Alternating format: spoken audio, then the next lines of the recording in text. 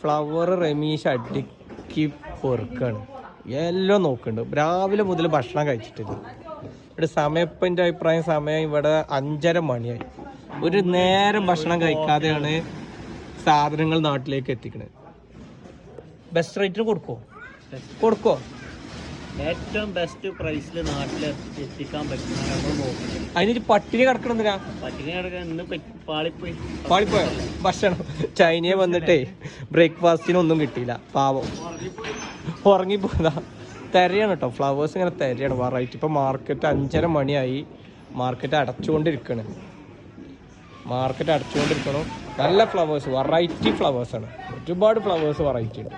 ഇതൊന്നും നാട്ടിൽ ഇതുവരെ ഓൾമോസ്റ്റ് എവിടെയും കാണാത്ത ഫ്ലവേഴ്സാണ് നമ്മുടെ നാട്ടിൽ. ഡ്രൈ ഫ്ലവർ പോലുള്ള അടിപൊളി ഫ്ലവേഴ്സ്. ഒരുപാട് കളേഴ്സ് ഉണ്ട് കേട്ടോ അതിൽ. കണ്ടില്ലേ, ഒരുപാട് കളേഴ്സ്.